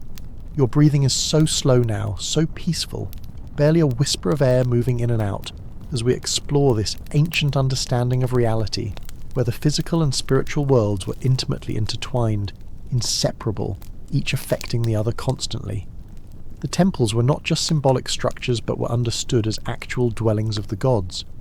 The statue of the deity in the innermost chamber was not merely a representation, but was believed to be inhabited by the god's presence. Each morning, priests would perform rituals to awaken the god, washing and dressing the statue, offering food and drink, performing prayers and hymns. The god would consume the spiritual essence of these offerings, and then the physical food would be distributed among the priests and temple workers. These daily rituals were essential to maintaining cosmic order. The gods needed worship, needed service, needed humanity to maintain their temples and perform the proper rites. In return, they sustained the world, kept the sun rising, kept the rivers flowing, kept chaos at bay. It was a reciprocal relationship, a cosmic contract between the divine and the mortal. Let yourself imagine being a priest in ancient Uruk, entering the great temple of Inanna before dawn, the air still cool, the stars still visible in the lightening sky. You carry a lamp, its flame flickering in the darkness of the temple corridors. You approach the inner sanctuary, speaking the ritual words, announcing your presence to the goddess. You enter the holy chamber where her statue stands, adorned in fine fabrics and jewellery, and you begin the morning ritual, as priests have done for centuries, as priests will continue to do for centuries more, maintaining the connection between earth and heaven, between humanity and the Anunnaki. The concept of divine favour was central to Mesopotamian life. An individual could have a personal god or goddess, a specific deity who served as their patron and protector. This personal deity would advocate for the individual in the council of the gods, protect them from harm, bring them good fortune. But this protection was not guaranteed or unconditional. It had to be maintained through proper behaviour, regular offerings, and respectful worship. If a person experienced a run of bad luck, illness, or misfortune, one explanation was that their personal god had withdrawn, abandoning them temporarily due to some offence. Rituals existed to determine what had caused the god's displeasure, and how to rectify it, how to restore the divine favour and protection. This understanding made the world somewhat unpredictable and anxiety-inducing, but it also made it comprehensible. Suffering had a cause, even if that cause wasn't always immediately clear. Misfortune could be addressed through proper ritual action. The chaos of existence could be managed and negotiated with, appeased. Your body is utterly still now, completely relaxed, as we continue deeper into this ancient worldview, exploring how the Mesopotamians understood time, fate, and destiny through the lens of the Anunnaki. The gods decreed fate, but fate itself was a complex concept in Mesopotamian thought. There was a sense that certain things were predetermined, decided by the gods, particularly the great turning points of history, the fates of kingdoms and civilizations. These were decreed in the assembly of the Anunnaki, and could not be changed by mortals. Yet there was also room for human agency, for choice, for the possibility that proper action could influence outcomes within the framework of divine decree. A king could not avoid his ultimate fate, but he could influence how that fate unfolded through his actions, his piety, his justice. An individual could not escape the fact of mortality, but they could influence the quality and length of their life through proper worship and ethical behaviour. This tension between fate and free will, between divine control and human agency, runs through many Mesopotamian texts. It's a tension we still grapple with today, in different forms, asking whether our lives are determined by forces beyond our control, or whether we have genuine freedom to shape our destiny. The Anunnaki, in their divine council, would meet to decide important matters. This council, sometimes called the Assembly of the Gods, was described in various texts as debating, voting, making collective decisions about the fate of individuals, cities, and humanity as a whole. This portrayal of gods as a council, a committee that debates and makes decisions together, is quite different from later monotheistic concepts of a single omnipotent god whose will is absolute. The Anunnaki could disagree with each other, could form factions, could be persuaded by arguments. This made them more relatable in some ways, more like a celestial version of human political structures. Let your mind drift through the heavenly court, imagining this divine assembly, the Anunnaki gathered in their celestial palace, discussing the fate of the world below, debating whether to send rain or drought, whether to support one king or another, whether to punish humanity for some offence or show mercy. Among the most fascinating aspects of Anunnaki mythology are the texts known as the Milam, the terrifying splendour or radiance of the gods. The Anunnaki were described as possessing a divine radiance, a luminosity that set them apart from mortals, that marked them as different, as other, as divine. When a god appeared before humans in their full divine glory, this radiance was overwhelming, terrifying, forcing mortals to prostrate themselves, unable to bear the direct presence of the divine. This concept of divine radiance or glory appears in many religious traditions. In the Bible, the glory of God is described as blinding, overwhelming, dangerous to behold directly. Moses, after encountering God on Mount Sinai, has his face shine with reflected divine glory, so much so that he must wear a veil. Similar concepts appear in other traditions, the aureoles or halos in Christian art, the divine light of enlightenment in Buddhism, the radiance of deities in Hinduism. Perhaps this represents a universal human intuition about the sacred, the sense that the divine must be radically different from the mundane, must possess qualities that transcend ordinary experience, must be overwhelming in its presence. Or perhaps, as some alternative theories suggest, it represents a memory of actual encounters with beings of light, advanced visitors who possessed technology that made them appear luminous and terrifying to ancient peoples. Your consciousness floats freely now, unmoored from the concerns of waking life, drifting through these ancient stories and modern interpretations, not needing to judge or decide, simply experiencing the flow of narrative, the echo of ancient voices. Let us turn now to some of the lesser-known Anunnaki deities, the ones who don't always make it into popular retellings, but who were important to the ancient Mesopotamians themselves, each with their own domains, their own stories, their own worshippers. Nergal was the god of war, pestilence, and the underworld, a fierce and dangerous deity. His main cult centre was at Kutha, and he was often depicted as a warrior with weapons in hand. Nergal's most famous myth involves his marriage to Ereshkigal, the queen of the underworld. The story goes that the gods held a banquet, and Ereshkigal, unable to leave the underworld herself, sent a representative. All the gods rose to honour her messenger except Nergal, who remained seated, showing disrespect. Ereshkigal demanded that Nergal be sent to the underworld to be punished for this insult. Nergal descended to the underworld with a group of demons as his guard. When he arrived, Ereshkigal was struck by his beauty and power. Rather than punishing him, she propositioned him, and they became lovers. After 6 days, Nergal left. Returning to the upper world, Ereshkigal was furious and heartbroken, threatening to release all the dead from the underworld if Nergal was not returned to her. The gods, alarmed at this threat, sent Nergal back to the underworld. When he arrived, Ereshkigal was angry, but Nergal overpowered her, threatening to kill her unless she agreed to marry him and share rulership of the underworld. She agreed, and Nergal became king of the underworld, ruling alongside Ereshkigal. This myth, with its themes of desire, power, conflict, and eventual partnership, explains why Nergal, originally a god of the upper world, became associated with death and the underworld. It also presents an interesting dynamic between divine masculine and feminine power, neither completely dominating the other, but finding a balance through conflict and negotiation. Breathe slowly, deeply, as we continue our tour through the lesser-known members of the Anunnaki pantheon. Nisaba was the goddess of writing, learning, and grain. She was the divine scribe, keeping the records of heaven, and was invoked by human scribes who saw their profession as sacred, a gift from the gods. Many cuneiform tablets end with a dedication to Nisaba, asking her blessing on the text and the scribe who wrote it.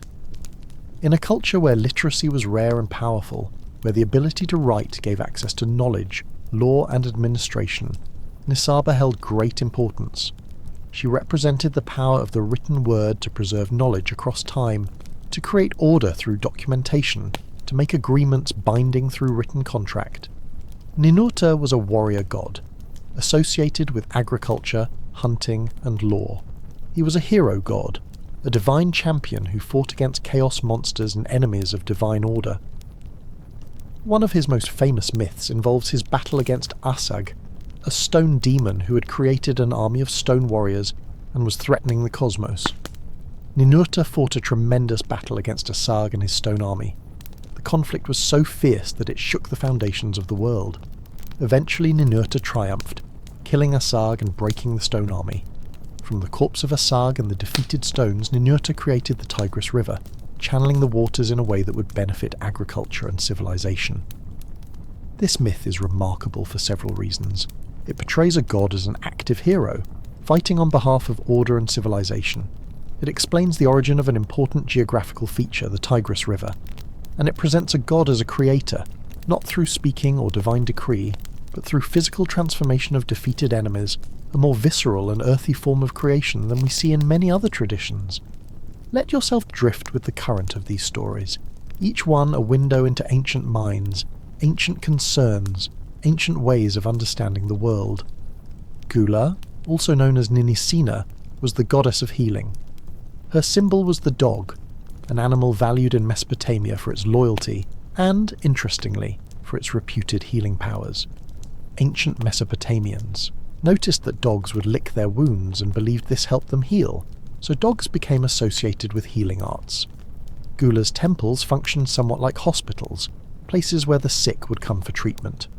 Priests of Gula were trained in medicine, using a combination of herbal remedies, surgical techniques and ritual purification to treat illness.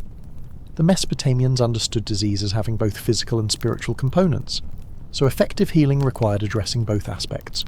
Medical texts from ancient Mesopotamia show sophisticated understanding of anatomy, symptoms, and treatments. They could perform surgeries, set broken bones, treat wounds, prescribe medicines made from plants and minerals. They understood that cleanliness helped prevent infection, that certain plants had medicinal properties, that rest and proper diet aided recovery. But they also understood that disease could have spiritual causes, divine punishment, demonic possession, curses from enemies, broken taboos. Treatment therefore might include not just physical medicine, but also rituals of purification, prayers to the gods, exorcisms to drive out demons, and offerings to appease divine anger. This holistic approach, treating the whole person in their physical, spiritual and social context, has some parallels to modern integrative medicine, which recognizes that health involves more than just physical body function, that mental, emotional and social factors all play important roles. Your body is so heavy now, so relaxed, sinking into your bed as if into warm sand as we continue our gentle exploration through the pantheon of the Anunnaki. Dumuzi, also called Tammuz, was the god of shepherds and vegetation, the divine consort of Inanna. His myth, which we touched on earlier in relation to Inanna's descent to the underworld, became the basis for seasonal rituals that lasted for thousands of years. Dumuzi represented the life force in nature, particularly the growth of plants. His annual death and resurrection, descending to the underworld for half the year and returning for the other half, explained the cycle of seasons, the annual dying and rebirth of vegetation.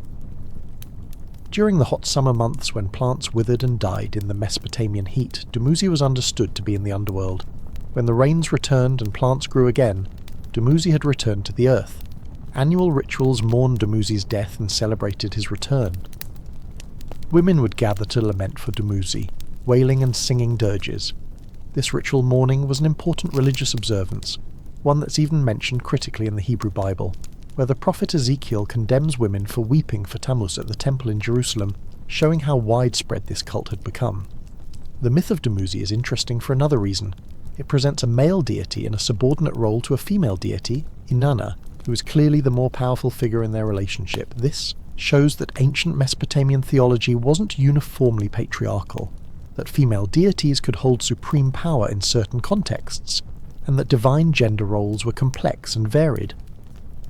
Let your mind wander through these ancient festivals, imagining the rituals, the music, the incense, the communal participation in mythological drama, the way these ancient peoples connected their agricultural reality to divine narrative, finding meaning in the cycles of nature by seeing them as reflections of divine drama.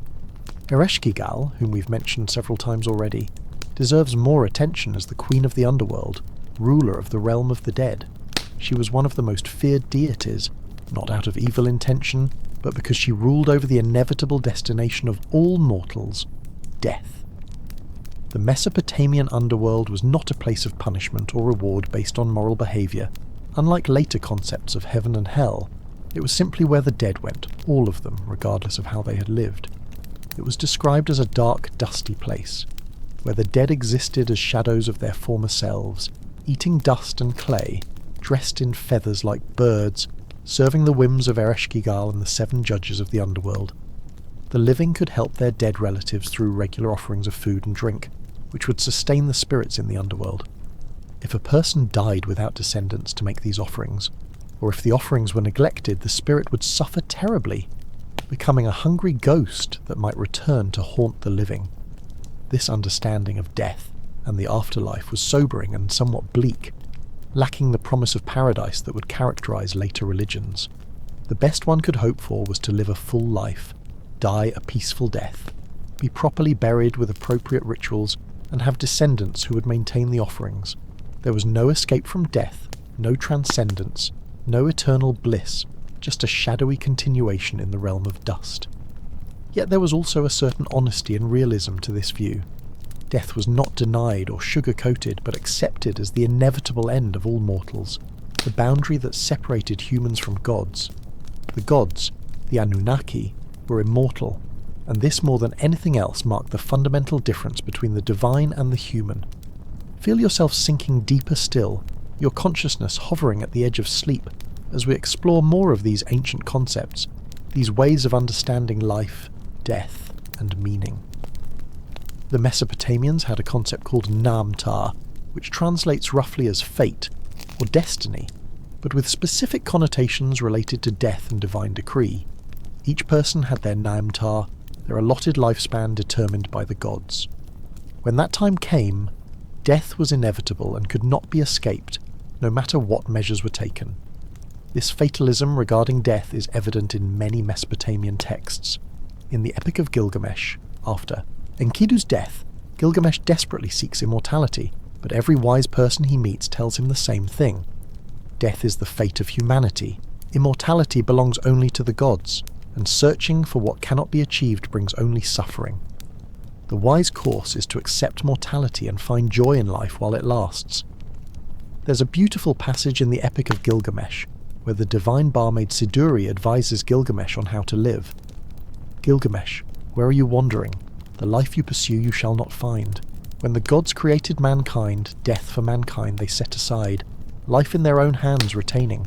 You, Gilgamesh, let full be your belly, make merry by day and by night. On each day make a feast of rejoicing, day and night dance and play. Let your garments be sparkling fresh, your head be washed. Bathe in water. Pay heed to a little one that holds onto your hand. Let a spouse delight in your bosom. For this is the task of mankind. This advice, to find joy in simple pleasures, to love those close to you, to celebrate life while you have it, represents a profound wisdom born of accepting mortality rather than denying it. It's advice that remains relevant today, thousands of years later, still speaking to the human condition, still offering guidance on how to live meaningfully in the shadow of inevitable death. Your breathing is barely perceptible now, your body completely still. As we continue through these ancient teachings, these timeless insights into the human experience. The concept of divine justice in Mesopotamian thought was complex and sometimes troubling. Unlike later theological systems that promised ultimate justice in an afterlife, where the good would be rewarded and the evil punished, Mesopotamian religion offered no such guarantees. The gods could be just, and many texts praise the justice of deities like Shamash the sun god, who saw all that happened under heaven and rendered true judgments. But the gods could also be arbitrary, angry, vengeful, or simply indifferent to human suffering. A righteous person might suffer while an evil person prospered, and there was no promise that this imbalance would be corrected in the afterlife. This theological problem, the question of why bad things happen to good people, is addressed in several Mesopotamian texts, most famously in a work modern scholars call the Babylonian Theodicy, a dialogue between a sufferer and his friend, discussing why the gods allow the righteous to suffer. The sufferer complains that despite his piety and good behaviour, he has experienced nothing but misfortune. His friend tries various explanations. Perhaps the sufferer has unknowingly offended a god. Perhaps the god's ways are mysterious and beyond human understanding. Perhaps suffering serves some divine purpose we cannot see. But the text offers no easy resolution, no simple answer to the problem of suffering. It acknowledges the reality of unjust suffering, the insufficiency of simple theological explanations, and the mystery of divine justice. This honest grappling with difficult questions without resorting to easy answers shows intellectual and spiritual sophistication. Let yourself rest in this ancient questioning, this recognition that some problems don't have simple solutions, that mystery remains even in the presence of belief, that faith coexists with doubt. Another important concept in Mesopotamian religion was the idea of divine commands or laws that govern not just human behaviour, but cosmic reality itself. These weren't arbitrary rules, but were understood as fundamental principles of order that kept chaos at bay. The word me, which we discussed earlier in relation to Inanna stealing them from Enki, represents these divine principles or powers. But there were other concepts too, like parsu, divine rites or rituals that had to be performed correctly to maintain cosmic order, and shimtu, divine decrees that determined how things would unfold. The gods themselves were subject to certain divine laws or principles. Even Anu, the king of the gods, could not simply decree anything he wanted without considering the established order, the decisions of the divine council, the fundamental structures of reality. This suggests a Mesopotamian understanding that even divine power operates within certain constraints, that reality has a structure that even the gods must respect. This is quite different from later concepts of divine omnipotence, where God can do literally anything without limitation. The Mesopotamian gods were powerful but not omnipotent, wise but not omniscient, immortal but not infinite. They operated within a cosmos that had its own logic, its own structure, its own rules. Your eyelids are so heavy, your mind so quiet, as we drift through more layers of this ancient understanding, exploring how the Mesopotamians saw the structure of cosmos itself. The Mesopotamian cosmos was understood to have several levels or realms. At the top was the heaven of Anu, the highest heaven, the realm of the supreme sky god. Below that were additional levels of heaven where other gods dwelt. Then came the earth, the realm of mortals. Below the earth were the Abzu, the primordial fresh waters, domain of Enki, and deeper still was the underworld, realm of Ereshkigal and the dead. This vertical cosmology, with multiple layered realms, is common to many ancient cultures. It provides a spatial map of reality, giving each type of being its proper place. Gods in heaven, humans on earth, the dead below, with water and chaos at the margins. The earth itself was understood to be a flat disk, floating on the Abzu, the primordial waters of the deep. Around this disk was the saltwater ocean, the realm of Tiamat before Marduk killed her and created the world from her body. Above the earth was the sky, a solid dome or vault on which the stars were placed like decorative ornaments.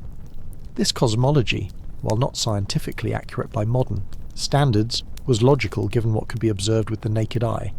The earth does appear flat from ground level, the sky does appear to be a dome, the stars do appear to be lights attached to that dome, moving in regular patterns, and water is indeed beneath the earth in the form of groundwater and underground rivers. The Mesopotamians were sophisticated observers and thoughtful theorizers, constructing a coherent cosmological model based on careful observation and logical inference. That their conclusions differ from modern scientific understanding doesn't diminish the intellectual achievement. Rest deeply now, your body perfectly still, as we continue exploring how the Anunnaki fit into this cosmic structure. The Anunnaki, as we've noted, were not all equal in power or status. There was a clear hierarchy, with some gods more powerful, more important, more widely worshipped than others. At the very top were Anu, Enlil, and Ea or Enki, sometimes called the Great Triad, the three most powerful gods who divided the cosmos among themselves after the primordial conflicts that established cosmic order. Below them were the seven gods who decree fate, a smaller council of particularly important deities who made major decisions affecting the cosmos. Different texts list different gods as members of this council, but it typically included gods like Ninhursag, Inanna, Nanna, Utu, and others of the major deities. Then there were the 50 great gods, the Anunnaki proper, the divine council that would assemble to debate important matters, to decree fates, to decide cosmic issues. Beyond these were hundreds of minor deities, each with specific functions, specific domains, specific responsibilities, and finally there were the Igigi, the younger gods who served the greater gods, who performed labour and service. The Igigi were the ones who rebelled at the beginning, leading to the creation of humanity. After humans were created to bear the burden of labour, the Igigi were freed from their toil and could rest, performing divine duties but not manual labour. This divine hierarchy mirrored the social hierarchy of Mesopotamian civilization, with a supreme ruler at the top, a council of important nobles or priests below that, a broader class of officials and administrators, and a large working class at the bottom. As above, so below, the earthly social order reflecting and legitimized by the divine social order. Feel yourself drifting peacefully, thoughts becoming hazy, as we explore more aspects of how the Anunnaki were understood in daily life, not just in grand myths, but in ordinary religious practice. For most Mesopotamians, interaction with the Anunnaki was mediated through priests, temples, and rituals. Ordinary people did not expect direct encounters with the gods, though such encounters were possible in dreams or visions. Instead, they would bring offerings to temples, participate in festivals, pray for divine favour, and consult priests when they needed divine guidance or intervention. Divination was an important means of understanding divine will. Various methods were used: examining the liver of sacrificed animals, observing the flight patterns of birds, interpreting dreams, reading oil patterns in water, observing celestial omens. Priests trained in these arts could interpret signs and omens, determining what the gods were communicating about future events. The Mesopotamians believed that the gods communicated through signs in nature and in daily life, that unusual events or patterns were not random but were messages from the divine realm. A skilled diviner could read these signs and provide guidance on how to act in accord with divine will. This made religion intensely practical. It wasn't just about abstract belief or moral teaching, but about obtaining concrete information that could help make decisions, whether to go to war, whom to marry, where to build a house, when to plant crops. The gods, through divination, provided guidance for all aspects of life. Let your consciousness float freely now, unbound by the need to analyse or judge, simply experiencing the flow of information, the echo of ancient practices, as we continue deeper into the practical aspects of Anunnaki worship. Festivals were major occasions for communal worship and celebration. Each city had an annual calendar of religious festivals timed to agricultural seasons, astronomical events, and important dates in divine mythology. The most important festival in many cities was the New Year festival, called Akitu, which lasted 11 or 12 days and involved elaborate rituals, processions, ritual combat, the recitation of creation myths, and the ritual humiliation and reinvestment of the king. During Akitu, the king would be symbolically stripped of his power, slapped by a priest, made to declare he had not sinned, and then restored to his throne with divine blessing renewed. This ritual acknowledged that royal power was not inherent, but was granted by the gods and needed to be periodically renewed. It humbled the king, reminded him of his dependence on divine favour, and renewed his mandate to rule for another year. Other festivals celebrated specific deities or mythological events: the marriage of Inanna and Dumuzi, the defeat of chaos monsters, the birth of important gods, the founding of temples. These festivals involved music, dancing, feasting, ritual offerings, and often sexual rites that enacted the sacred marriage between goddess and god, ensuring fertility for the coming year. Modern people sometimes view ancient religious practices as primitive superstition, but there was deep meaning in these rituals. They connected people to their community, to their history, to the cycles of nature, to transcendent meaning beyond daily survival. They provided structure to time, marking seasons and significant moments. They reinforced social bonds and shared identity. They offered hope, joy, beauty, and transcendence in lives that were often difficult and precarious. Your breathing is so slow, so gentle, barely moving your chest, as we drift through more aspects of this ancient religious life, exploring how the Anunnaki shaped every aspect of Mesopotamian civilization. The concept of temple economics is fascinating and important for understanding ancient Mesopotamia. Temples were not just religious institutions, but were major economic centres, controlling vast amounts of wealth, land, and labour. The gods, represented by their statues and served by their priests, were understood to own property, land, flocks, slaves, workshops.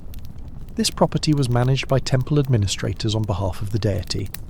The temple would employ large numbers of workers, farmers to work temple lands, shepherds to tend temple flocks, craftsmen to produce goods, merchants to trade, labourers for construction projects. Workers would receive rations of grain, oil, wool, and other necessities as payment.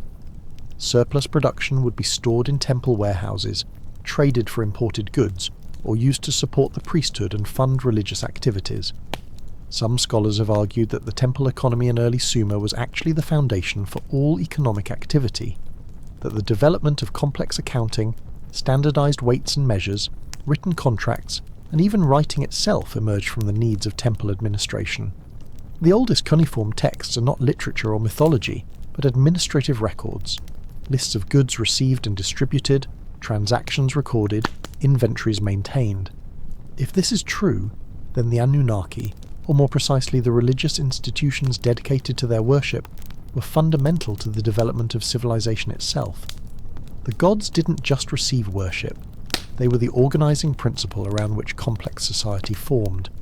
Let yourself sink even deeper into rest, consciousness fading at the edges, as we explore more connections between the Anunnaki and the foundations of civilization.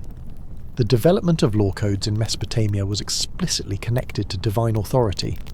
The famous law code of Hammurabi, one of the earliest and most complete ancient legal codes, begins with a prologue establishing that Hammurabi received his authority to make laws from the gods, particularly from Shamash, the sun god and god of justice. The stone stele on which the law code is inscribed shows Hammurabi standing before Shamash, receiving from the god the symbols of authority and justice. The laws themselves are presented not as Hammurabi's own invention, but as his faithful recording and enforcement of divine principles of justice. This divine authorization gave the laws tremendous authority. To violate the law was not just to break a human rule, but to offend divine justice, to disrupt cosmic order, to risk divine punishment. This made law more powerful, more binding, more central to social order than it might have been if understood as merely human convention. Other Mesopotamian law codes, including earlier ones like the laws of Ur-Nammu and later ones like the laws of Eshnunna, followed similar patterns, presenting legal codes as divinely inspired, with kings serving as intermediaries between divine justice and human society. The content of these laws shows sophisticated legal thinking, presumption of innocence, proportional punishment, protection for the weak and vulnerable, regulation of commerce, property rights, family law, criminal law. While some punishments strike modern sensibilities as harsh, the overall structure shows a society deeply concerned with justice, order and fairness, values explicitly connected to the will of the Anunnaki. Your mind is so quiet now, so peaceful, thoughts barely forming before dissolving, as we continue our gentle journey through the influence of the Anunnaki on ancient civilization. Mathematics and astronomy in Mesopotamia also had religious dimensions. The movements of the planets, which were identified with specific gods, Jupiter with Marduk, Venus with Ishtar, Mars with Nergal, Saturn with Ninurta, Mercury with Nabu, were carefully tracked and recorded. Unusual astronomical events, eclipses, planetary conjunctions, the appearance of comets, were understood as divine omens, signs of the gods' intentions toward human affairs. Priests would maintain detailed astronomical records, tracking celestial cycles, predicting eclipses, interpreting astronomical omens. The Mesopotamians discovered the Saros cycle, an 18-year pattern in eclipses that allows eclipses to be predicted. They tracked the movements of planets with enough precision to notice that their movements followed predictable patterns, but weren't perfectly regular. They divided the sky into 12 sections, corresponding to the 12 months of the lunar year, creating the foundation of what would become the zodiac. All of this astronomical knowledge had both practical and religious applications. It helped maintain accurate calendars for agricultural and religious purposes. It allowed prediction of celestial events that were seen as omens, and it connected human life to cosmic patterns, giving people a sense of participating in a divinely ordered universe. Rest deeply, peacefully, as we explore more ways the Anunnaki shaped ancient thought and culture. Medicine, as we mentioned briefly earlier, also had religious dimensions. Disease was understood to have both physical and spiritual causes, and treatment required addressing both aspects. The goddess Gula was the primary divine patron of healing, but other deities were also invoked in medical contexts. Ea for his wisdom, Ninurta for protection against demons, Ishtar for various women's health concerns. Medical texts often include incantations and prayers alongside physical treatments. A typical medical text might provide a diagnosis based on symptoms, list physical treatments, herbal remedies, dietary recommendations, surgical, procedures, and then provide an incantation to be recited during treatment, calling on the relevant deities to support the healing process. This integrated approach recognized that healing involves more than just physical intervention. The patient's mental and spiritual state, their faith, their sense of being cared for by both human healers and divine powers, all contributed to recovery. Modern medicine, after a period of focusing almost exclusively on physical mechanisms, is rediscovering the importance of these other factors in healing. The Mesopotamians had sophisticated medical knowledge. They could perform surgeries, including trepanation, drilling holes in the skull to relieve pressure or release evil spirits, cataract removal, and various other procedures. They had pharmacological knowledge of hundreds of plants and minerals with medicinal properties. They understood some basic anatomy from animal sacrifice and observation. But they understood all of this knowledge as gifts from the gods, particularly from Ea, the god of wisdom, who taught humanity the arts of civilization, including medicine. Medical knowledge was not separate from religious knowledge but was integrated, both aspects of understanding the world as created and ordered by the Anunnaki. Feel yourself drifting deeper still, hovering at the threshold of sleep as we explore more of how deeply the Anunnaki were woven into every aspect of ancient Mesopotamian life. Agriculture, the foundation of civilization, was explicitly placed under divine care. Different deities were associated with different aspects of farming. Enlil as lord of the air and storm, bringer of rain, Nisaba as goddess of grain, Dumuzi as god of shepherds, Ninhursag as earth mother, source of fertility. Farmers would pray to these deities at appropriate times in the agricultural cycle, when ploughing, when planting, when hoping for rain, at harvest. Offerings would be made to ensure divine favour, to ask for abundant crops, to ward off pests and drought and flood. The success or failure of crops was understood as divine response to human behaviour. A good harvest meant the gods were pleased. Crop failure meant divine displeasure and required additional offerings, purification rituals, an examination of what had been done to anger the gods. This understanding made agriculture not just a technical activity but a sacred one, a cooperation between human labour and divine blessing. The farmer's work mattered, skill and effort made a difference, but ultimate success depended on divine favour, on the gods sending rain in due season, protecting the crops from locusts and blight, ensuring the sun shone and the plants grew. This integration of the sacred and the practical, the divine and the everyday, characterised all of Mesopotamian life. There was no sharp separation between religion and daily life, between sacred and secular. The gods were present in all things, involved in all activities, concerned with all aspects of existence. Let your consciousness drift freely now, without direction or effort, simply floating on the current of these ancient understandings, these ways of seeing the world as thoroughly enchanted, thoroughly divine. Art and architecture in Mesopotamia also served religious purposes and glorified the Anunnaki. The great ziggurats were technological marvels, massive structures that required sophisticated engineering, thousands of workers, years or decades of labour. They were built to honour the gods, to provide dwelling places for divine presence, to serve as bridges between earth and heaven. Temple complexes included not just the ziggurat but also surrounding buildings, sanctuaries where the divine statue resided, courtyards for ritual activities, workshops where crafts dedicated to the god were produced, administrative buildings, storage facilities, housing for priests and temple workers. The decoration of temples incorporated rich symbolism. Walls might be covered with precious stones, glazed bricks showing dragons or bulls, symbols of specific deities, intricate geometrical patterns.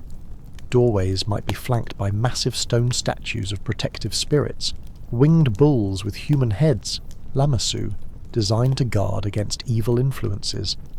These artistic expressions served not just aesthetic purposes, but also theological ones. They manifested divine power and glory in physical form. They instructed worshippers about divine attributes and divine stories. They created sacred space, space set apart from ordinary life, space where heaven and earth could meet. Craftsmen who created these works understood their labour as sacred service. Creating objects for the gods, decorating temples, casting statues of deities, these were holy acts, requiring ritual purity and divine inspiration. The crafts themselves were gifts from the gods, taught to humanity by the Anunnaki so that humans could properly honour the divine. Your body is utterly still, completely at peace, consciousness barely flickering, as we drift through more aspects of this ancient world. Music was another important element of religious life. Temples employed musicians and singers who performed during rituals and festivals. Hymns praising the gods were composed, some of which have survived on cuneiform tablets. These hymns describe the attributes of the gods, recount their mythological deeds, express devotion and petition, give thanks for blessings received. Some are quite beautiful, filled with vivid imagery and emotional intensity. One hymn to Inanna describes her as Lady of all the divine powers, resplendent light, righteous woman clothed in radiance, beloved of heaven and earth. You are the great queen of the Igigi gods. You make war, you make peace, you make men be on good behaviour. Another hymn to Enlil describes his power and majesty. Enlil, whose command is far-reaching, whose word is holy, the Lord whose pronouncement is unchangeable, who decrees destinies into the distant future. These texts show the devotion ancient people felt toward their gods, the awe inspired by contemplating divine power, the hope that through praise and petition, divine favour might be obtained. Music itself was considered a gift from the gods. Various deities were associated with music. Inanna was connected with song, Ea with wisdom including musical knowledge, Ninurta sometimes with drums and martial music. Musicians who served in temples were performing divine service, their music ascending to heaven as prayer and praise. Let yourself float on the sound of ancient music, long, silent, remembered only through descriptions on clay tablets, instruments found in archaeological excavations, images in ancient art. Imagine the sound of lyres and drums, harps and flutes, voices raised in praise of the Anunnaki, filling temple courtyards, echoing through ziggurat chambers, ascending to the heavens. Even warfare had religious dimensions in ancient Mesopotamia. Kings would consult omens before battle, making offerings to the gods, seeking divine approval for military campaigns. Gods were understood to fight alongside their chosen kings, granting victory to those they favoured. When one city conquered another, it was understood as one god proving stronger than another, or withdrawing favour from a city that had failed in some way. The statue of the conquered city's patron deity might be carried off to the victor's city, held captive just as the human population was captive.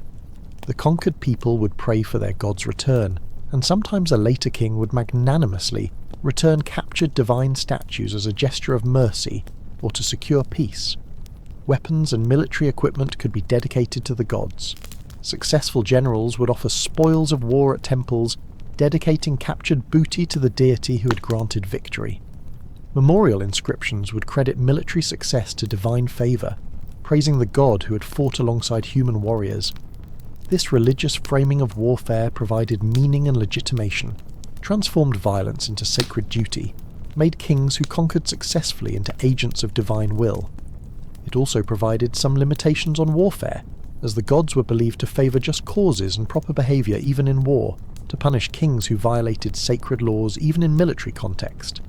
Feel yourself sinking deeper, consciousness fading further as we continue exploring how thoroughly the Anunnaki shaped ancient civilization.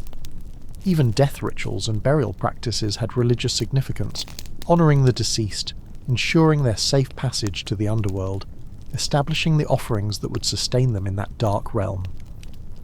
Bodies would be buried with goods they might need in the afterlife: food, drink, tools, personal items, jewellery. Royal burials could include elaborate grave goods, even human sacrifices of servants who would serve their master in death as they had in life, though this practice was more common in very early periods and became rarer over time. Funerary rituals included prayers to the gods of the underworld, particularly Ereshkigal and Nergal, asking them to receive the deceased kindly. Offerings would be made, lamentations sung, the proper rituals performed to ensure the spirit reached the underworld safely and would not become a wandering ghost haunting the living. After burial, the deceased required ongoing offerings from living descendants. Regular offerings of food and drink, particularly water libations, would be poured for the dead, sustaining them in the underworld. This created an ongoing relationship between living and dead, the dead depending on the living for sustenance, the living depending on the dead as ancestors who could intercede with the gods on their behalf. Those who died without descendants, or whose descendants neglected their offerings, were considered especially pitiable, doomed to hunger and thirst in the underworld. This religious obligation to care for the dead gave urgent motivation to have children, particularly sons who would continue the family line and maintain the offerings. Rest deeply now, peacefully, as our long journey through the world of the Anunnaki draws gradually toward its close.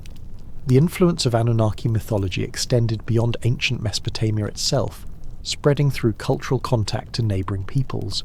We've mentioned some of these connections earlier, but it's worth exploring them a bit more deeply. The Hittites, who ruled much of Anatolia in the second millennium before the Common Era, adopted many Mesopotamian myths, often preserving versions that have been lost in their original Mesopotamian context. The Hittite versions of myths like the conflict between Kamabi and the storm god show clear parallels to Mesopotamian divine conflicts, adapted to Hittite culture and religion. The Hurrians, another ancient people of the Near East, served as intermediaries, transmitting Mesopotamian cultural elements to the Hittites and to other peoples. Through these chains of cultural transmission, stories of the Anunnaki, transformed and adapted, spread across a large area of the ancient world. The Canaanites, ancestors of the Phoenicians and neighbours of ancient Israel, had their own pantheon but with clear connections to Mesopotamian traditions. El, the chief god, whose name is etymologically related to Mesopotamian words for God, presided over a divine council similar to the assembly of the Anunnaki. Baal, the storm god, had attributes similar to Enlil. Asherah, the mother goddess, paralleled Ninhursag. These connections don't necessarily mean direct borrowing, but suggest a shared cultural milieu across the ancient Near East, with ideas and stories flowing between peoples through trade, diplomacy, migration, and conquest. The influence on biblical traditions is particularly well documented. The Hebrew Bible emerged from this cultural context, and while it radically transformed polytheistic myths into monotheistic theology, traces of the older traditions remain visible. The divine council appears in several biblical passages where God consults with heavenly beings. The sons of God mentioned in Genesis and Job echo the divine assembly of the Anunnaki. The prophets describe God taking counsel with his heavenly court, deciding important matters, sending angels as divine messengers. The flood narrative, as we've discussed, shows clear parallels to Mesopotamian flood stories. The creation account in Genesis, where God creates by divine word and separates waters above from waters below, may reflect Mesopotamian cosmology transformed through monotheistic theology. The Psalms sometimes use language that echoes Mesopotamian hymns, praising God's power, describing divine attributes, petitioning for help, giving thanks for deliverance. The wisdom literature, books like Proverbs and Ecclesiastes, address questions similar to those explored in Mesopotamian wisdom texts. These connections fascinate scholars because they show how biblical religion emerged from and responded to the wider ancient Near Eastern religious context. The Bible wasn't created in a vacuum but in dialogue with surrounding cultures, sometimes borrowing, sometimes transforming, sometimes explicitly rejecting elements of neighbouring traditions. Your breathing is barely perceptible, your body completely still, as we drift through these final connections, these echoes of the Anunnaki reaching into later traditions. Even after the conquest of the ancient Near East by Greeks, then Romans, then Christians and Muslims, some elements of Mesopotamian religion and culture persisted in transformed ways. Astrology, which developed in Mesopotamia from astronomical observations given religious interpretation, spread throughout the Greek and Roman worlds, becoming a major element of Hellenistic culture. The planets retained their divine names, though translated into Greek and Latin. Ishtar became Aphrodite and Venus, Marduk became Zeus and Jupiter, Nergal became Ares and Mars. The zodiac, that band of constellations through which the sun and planets move, developed in Mesopotamia and was adopted by Greek astronomers and astrologers, eventually becoming a fundamental element of Western astrology. certain mythological motifs persisted and were transformed. The dragon-slaying hero, like Ninurta defeating Asag or Marduk defeating Tiamat, appears in later traditions. St. George slaying the dragon, Beowulf fighting the dragon, countless other hero versus monster stories that echo these ancient patterns. The dying and rising god, like Dumuzi descending to the underworld and returning, appears in various later traditions, most notably in Christianity with the death and resurrection of Christ, though the theological meanings are transformed. Some scholars have suggested that certain Gnostic traditions, early Christian heresies that imagine multiple divine beings and complex celestial hierarchies, may have been influenced by ancient Mesopotamian ideas of multiple gods governing different aspects of the cosmos, though proving such connections is difficult. Rest now in this recognition of continuity, how ancient patterns persist, transformed but recognizable, echoing through the centuries, connecting us to our distant ancestors who first imagined the Anunnaki. And so we come full circle, back to our present moment, lying here in the darkness, thousands of years after the last ziggurat crumbled, thousands of years after the last priest made offerings to Inanna, thousands of years after the cuneiform script was forgotten. Yet here we are, still speaking their names, still telling their stories, still pondering the questions they pondered. Who are we? Where did we come from? What is our purpose? What comes after death? How should we live? The Anunnaki, whether understood as gods, as aliens, as mythological creations, or as something else entirely, represent humanity's earliest recorded attempts to answer these eternal questions. They were our ancestors' way of understanding their world, finding meaning in their lives, connecting themselves to something greater than their individual existence.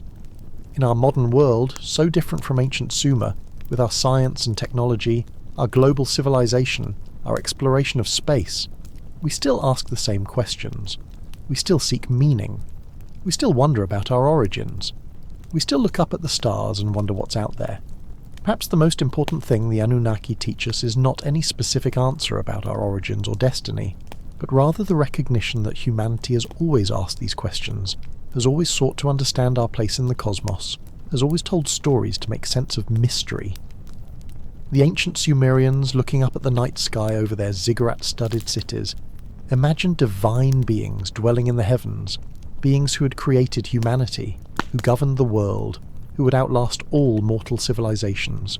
We, looking up at the same stars with telescopes and satellites, imagine distant worlds, alien civilizations, cosmic processes that dwarf human existence.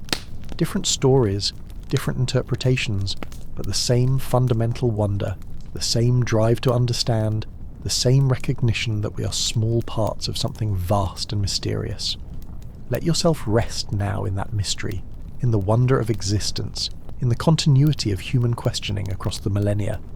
The Anunnaki, those rulers from before recorded history, watch over your sleep not as literal beings but as symbols of that ancient human capacity for wonder, for storytelling, for meaning-making. Sleep peacefully, traveller through time. The ancient world has shared its secrets with you tonight. The voices from the ziggurat have spoken. The clay tablets have given up their messages, and you, lying here in your bed, are connected through these stories to the very dawn of civilization, to those first people who looked up at the stars and told stories about gods who descended from the heavens. Rest now. Dream of ancient cities. Dream of mighty gods. Dream of the mysteries that connect us across time. The Anunnaki have blessed this night's journey, and now it's time to let consciousness fade completely, to surrender to sleep, to drift into dreams where perhaps, in some deep part of your mind, you'll touch something ancient, something true, something that connects you to the long chain of humanity stretching back to those first cities in the desert where it all began. Sleep well, sleepless survivor. May your rest be deep and peaceful. May your dreams be vivid and meaningful. May you wake refreshed, carrying some echo of this ancient wisdom, this ancient wonder, these eternal questions that have no final answers but lead us always deeper into mystery. The story is complete. The journey is finished. There is only sleep now, only rest, only peace, only the gentle darkness, only dreams. Good night.